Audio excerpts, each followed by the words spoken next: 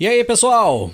Tudo bem com vocês? O retorno da Fórmula 1 após um dos períodos mais turbulentos da história da categoria, envolvendo um dos grandes nomes dentro das pistas, ali na virada da década de 80 para 90, o brasileiro Ayrton Senna, com o presidente da FISA, Jean-Marie Balestre, e o seu compatriota atual campeão mundial, o francês Alain Prost. Com o surgimento de um novato que impressionaria todo mundo ali na primeira etapa do ano, o Grande Prêmio dos Estados Unidos de 1990. Essa é a nossa história de hoje.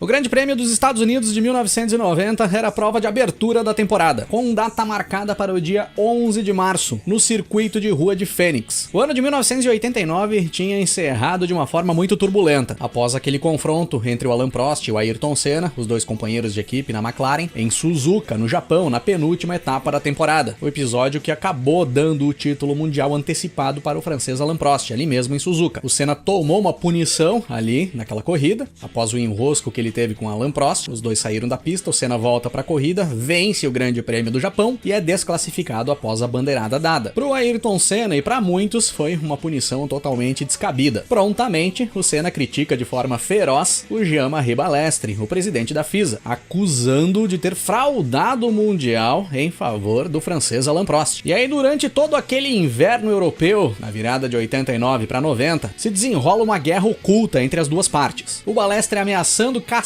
a superlicença do Senna, caso ele não peça desculpas de forma formal pelas acusações que o brasileiro havia feito, e o Senna recluso no Brasil, sem falar com ninguém, recusando-se a pedir desculpas pro Balestre e ameaçando nunca mais botar os pés na Europa. Só que se tinha uma coisa que o Balestre sabia fazer muito bem, era lidar com a política dentro da categoria e fazer as coisas se movimentar por forma de provocação. E aí, no dia 16 de fevereiro de 1990, a FISA divulga a lista oficial de pilotos inscritos para a temporada de 1990. E o McLaren de número 27 é atribuído a Jonathan Palmer, que tinha entrado na McLaren ali para aquela temporada para ser piloto de testes. O próprio Ron Dennis fica extremamente surpreso com esse anúncio da FISA, simplesmente eliminando o Senna da lista de inscritos para 1990. Questionado sobre a ausência de um dos maiores nomes da Fórmula 1 ali daqueles anos, o Balestre é curto e grosso, de forma até mórbida. Ele diz que 6 meses sem Senna dentro da categoria e ninguém mais ia falar sobre o brasileiro. Assim como no passado, Jim Clark se matou e a Fórmula 1 seguiu sem ele. A partir desse episódio, o Senna tem que engolir a raiva, aqui do Brasil mesmo, pega o telefone, liga pro Jean-Marie Balestre e oferece o pedido de desculpas formal. Poucas horas depois desse contato do Senna com o Balestre, o McLaren número 27, na temporada de 1990, estava atribuído a Ayrton Senna. Pra quem diz aí que hoje em dia as coisas são muito mais políticas do que era uma vez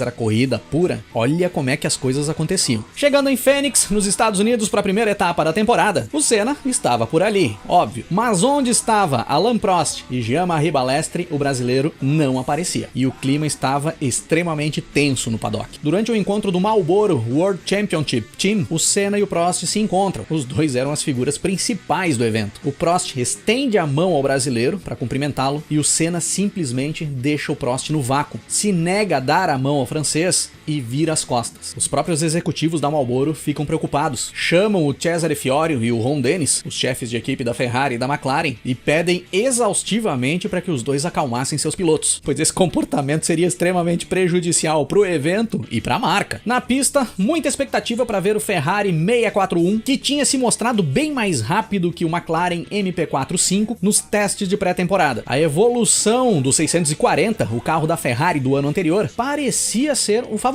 a levar o título mundial. Palavras ditas pelo piloto principal da escuderia italiana ali para 1990, o francês Alain Prost, que deixava de ser colega de equipe do Ayrton Senna na McLaren e partia para pilotar pela escuderia italiana ao lado do inglês Nigel Mansell, que já estava dentro da equipe. No lugar do Prost na McLaren, assumia o austríaco Gerhard Berger, que tinha deixado a Ferrari. Grid para a corrida em Phoenix definido ainda na sexta-feira, pois no sábado choveu no horário do treino. O Berger, estreando pela McLaren, faz o melhor tempo e fica com a pole. Na segunda posição, uma grande surpresa. Apenas 64 milésimos atrás da McLaren do Berger, nós tínhamos uma Minardi, com o italiano Pierluigi Martini pilotando. Por muito pouco, Martini não buscou uma façanha para pequena italiana. Na segunda fila, mais surpresa. O italiano, já veterano dentro da categoria, Andrea De Cesaris, alinhando uma escuderia Itália na terceira posição. E ao lado do De Cesaris, um novato francês de nome Jean Alesi com a Tyrrell. O Ken Tyrrell tinha contratado o Alesi na metade da temporada de 1989. Ele ainda não tinha nenhuma temporada completa dentro da categoria. O Senna ficou apenas na quinta posição. O Senna teve problemas no motor durante a sessão de treino de sexta-feira, não conseguiu fazer um bom tempo. No sábado choveu, o brasileiro ficou em quinto. Nelson Piquet, estreando pela equipe Benetton, alinhou na sexta posição, ao lado do seu compatriota. E logo atrás do Piquet, o francês Alain Prost, em sétimo. Prost também sofreu com a Ferrari no treino classificatório. Problemas no sistema hidráulico das Ferraris atrapalharam tanto o Prost quanto o Mansell. O Mansell conseguiu alinhar apenas em 18º. Dos demais brasileiros que nós tínhamos ali, Roberto Pupo Moreno colocando a Eurobrum na 16ª posição. Fantástico desempenho do Moreno ali em Fênix com a Eurobrum. Maurício Gugelmin sofrendo bastante com a Leyton House, alinha na 26ª posição. No domingo, dia da corrida, clima frio e cinzento em Fênix, representando bem o que rolava ali entre o Senna, o Prost e o Balestre. E como seria o reencontro desses dois grandes rivais na pista, após toda a confusão ali do final da temporada de 89? Agora não mais companheiros de equipe, mas cada um representando uma das principais equipes da Fórmula 1 e as duas grandes rivais ali daqueles anos. Sem contar que tínhamos grandes surpresas ali na parte da frente do pelotão. O que poderia rolar no meio de todo esse bolo? É dessa forma que nós temos a largada para 72 voltas do Grande Prêmio dos Estados Unidos de 1990. O Jean Alesi larga bem demais, se posiciona bem na pista para a primeira freada e assume a ponta do Grande Prêmio dos Estados Unidos de 1990. Tyrrell liderando a prova. O Berger fica em segundo. O Martini, que largou na segunda posição, perde alguns lugares na pista, assim como o francês Alain Prost, que ficou para trás. Fechando a primeira volta, nós temos Jean Alesi em primeiro, com Gerhard Berger em segundo, Andrea De Cesaris em terceiro, Ayrton Senna na quarta posição, o Pierluigi Martini em quinto e o Nelson Piquet na sexta posição. O Alain Prost era o nono colocado na primeira volta. O Alesi, de forma impressionante, a partir dali começa a abrir distância em relação ao Berger. O austríaco não conseguia aquecer os pneus da McLaren. Na volta 4, o Senna supera o De Cesaris e sobe para a terceira posição. E o Prost também ganhava uma posição nesse momento, subia para oitavo. Na volta 9, o Berger, ainda com problema de aquecimento nos pneus, erra a frenagem e vai direto para a barreira de pneus ao lado da pista. Interessante é que o carro parecia intacto ali, mesmo após ter batido na barreira. E o Berger pede para os fiscais recolocar ele na pista para ele seguir na corrida. Porém, agora tendo que recuperar um prejuízo enorme. Chegando na volta 10, o Alesi liderava com impressionantes 8 segundos de vantagem para o Senna e abrindo distância. O Alesi era mais rápido. O De Cesaris já estava bem mais para trás. Ele estava 17 segundos atrás do brasileiro, tomando uma pressão absurda do Piquet, que vinha tentando buscar a terceira posição. Prost era o sexto colocado nesse momento, mas a Ferrari do francês vinha soltando fumaça. E isso já começava a preocupar o paddock da Ferrari. Passando da volta 10, o Berger vai aos boxes com o carro avariado. Alguma coisa tinha que ter quebrado naquela pancada. Mas o Berger ainda tentava se manter na corrida. Os mecânicos estavam ali prontos para tentar recuperar alguma avaria do carro. Prost na pista, fumaceando cada vez mais. Mas seguia num bom ritmo, se mantinha na corrida e buscava escalar o pelotão. Logo na sequência, disputa muito boa entre o belga Thierry Boutsen da Williams e o Nelson Piquet. Em uma disputa, os dois chegam a se tocar na pista, com uma forte investida do Boutsen para tomar a posição do Piquet e o Piquet sendo extremamente agressivo para se manter na frente do belga. Chegando na volta 15, o Alesi seguia abrindo em relação ao Senna. A diferença chegava a quase 10 segundos. Nesse momento, o Berger sai dos boxes após os mecânicos terem mexido no carro e sai exatamente no meio do bolo ali onde tinha a briga do De Cesaris com o Piquet, com o Boutsen, o Prost já chegando por ali também. Dá uma atrapalhada nessa galera e quem toma o prejuízo maior é o Boutsen, que acaba perdendo a posição pro Prost. Logo pra frente, o Piquet passa pelo De Cesaris e sobe pra terceiro. E aí, quando passávamos das 20 voltas de corrida, o Senna começa a reduzir a vantagem que o Alesi tinha na ponta. Era nítido que o Alesi começava a sofrer com desgaste de pneus. E o Prost fica lento na pista. O carro já quase não soltava mais fumaça, pois já não tinha mais óleo para queimar. Fim de prova pro francês, o atual campeão mundial de Fórmula 1, ali no Grande Prêmio dos Estados Unidos de 1990. E fim das chances de nós vermos um duelo direto na pista entre o Senna e o Prost. A partir desse momento, o Senna começa a descontar bastante a diferença para o Alesi. Tanto que, quando nós chegávamos na volta 25, a diferença entre os dois já era de 2 segundos. O Piquet vinha na terceira posição e o De Cesaris ia ficando sem motor também. Fim de prova prova para o italiano da Scuderia Itália. Na volta 27, o Senna já estava embutido na traseira da Tyrrell do Alesi, e o Piquet vai para os boxes para fazer uma troca de pneus. O brasileiro também vinha rendendo menos. A partir daí, começa uma briga muito boa do já campeão mundial Ayrton Senna, correndo pela forte McLaren, com o novato Jean Alesi, que corria pela modesta Tyrrell. Muitas investidas do Senna para cima do Alesi, tentando buscar espaço na pista para fazer a manobra de ultrapassagem, ou até mesmo forçando algum erro do francês, mas o Alesi se mantinha por ali, firme e forte. Até que, na volta 34, o Senna consegue pegar o vácuo do francês na reta, bota o carro pela parte interna da pista, atrasa a freada e sai na frente do francês. Porém, de forma surpreendente, o Alesi toma o espaço do Senna na pista logo pra frente, na freada que vinha logo em seguida. O Senna chega a tomar um susto quando ele vê o Alesi ao lado dele, quando ele vai fazer a tomada da curva, e o francês dá um belo troco em cima do brasileiro. Manobra de gente grande. Jean Alesi em primeiro e Ayrton Senna seguindo na segunda posição. Uma volta depois, porém, em manobra muito parecida, no mesmo local da manobra da volta anterior, o Senna toma o espaço interno da pista, atrasa a freada, sai na frente do francês e dessa vez não deixa espaço para o francês colocar o carro por dentro e tentar a manobra. Não teve troco. Agora sim, Ayrton Senna na primeira posição, Jean Alesi em segundo. Só que o francês seguia botando pressão para cima do Senna, tentando retomar a liderança da corrida. O Senna passou um certo trabalho para manter a primeira posição ali logo após ter ultrapassado o Alesi. E aí nós tínhamos o Senna em primeiro, com o Alesi em segundo, Boutsen em terceiro e o Piquet em quarto. Quando o Piquet parou para fazer a troca de pneus, ele perdeu a posição pro Boutsen. Após aquela pressão que o Alesi deu no Senna ali, ele teve que segurar o ritmo na pista, pois se ele não poupasse os pneus para a reta final da corrida, talvez ele não chegasse até o final da prova. E aí o Senna fica mais tranquilo na ponta do pelotão. Chegando na volta 50, o que impressionava era o inglês Nigel Mansell da Ferrari colado na traseira da Benetton do Nelson Piquet, brigando pela quarta posição. O Mansell tinha largado de 18º. Teríamos ali na reta final da corrida uma bela briga entre os dois rivais na Fórmula 1, que brigaram por títulos mundiais anos antes. Como companheiros de equipe, não teríamos, pois logo na sequência explode o motor da Ferrari do Nigel Mansell, e o inglês dá uma daquelas seguradas no carro que só ele conseguia fazer, de forma espetacular, mas ao mesmo tempo decepcionante. Após uma recuperação incrível no decorrer da corrida, era fim de prova para o inglês Nigel Mansell no Grande Prêmio dos Estados Unidos de 90. A partir dali, todo mundo começa a administrar o equipamento, que vinha sofrendo bastante com as condições da pista de Phoenix. Não só os equipamentos, os próprios pilotos já estavam no limite. O Alesi vinha sofrendo com fortes dores no pescoço e vinha com muita dificuldade para pilotar. O Maurício Gugelmin chegou a ter que parar nos boxes e ficar ali um tempo parado para dar uma aliviada na indisposição que ele vinha tendo dentro do carro. Tamanha era a vibração da Leyton House ali na pista de Phoenix. E é dessa forma que o brasileiro Ayrton Senna fecha as 72 voltas do Grande Prêmio dos Estados Unidos de 1990 na primeira posição. Vitória do brasileiro na abertura da temporada, em que houve a possibilidade de ele nem participar. Jean Alesi cruzando a linha de chegada com a Tyrrell na segunda posição, sendo a maior surpresa do início do ano. O belga Thierry Boutsen com a Williams fecha o pódio em terceiro. Nelson Piquet vem em uma bela quarta posição em sua estreia com a Benetton. O Maurício Gugelmin terminou em 14º, 6 voltas atrás do líder, após ter que ficar todo aquele tempo parado nos boxes para se recuperar e continuar na corrida. O Gugelmin foi o último dos que conseguiram cruzar a linha de chegada. E o Roberto Pupo Moreno com a Eurobrum terminou na 13ª posição, 5 voltas atrás do líder. Mas era um resultado espetacular para a Eurobrum. Os pequenos milagres do nosso grande piloto. Lógico que o assunto mais comentado depois da corrida foi o desempenho do Jean Alesi. O próprio Senna elogiou muito a pilotagem do francês. Disse que se divertiu demais com a briga, a disputa na pista entre os dois, e que era desse tipo de competição que a Fórmula 1 precisava. Todos que viram essa performance do Alesi ali em Phoenix 1990 imaginavam que ali estava um futuro campeão da categoria. Mas o desenrolar dessa história do prodígio francês ainda renderá muitos episódios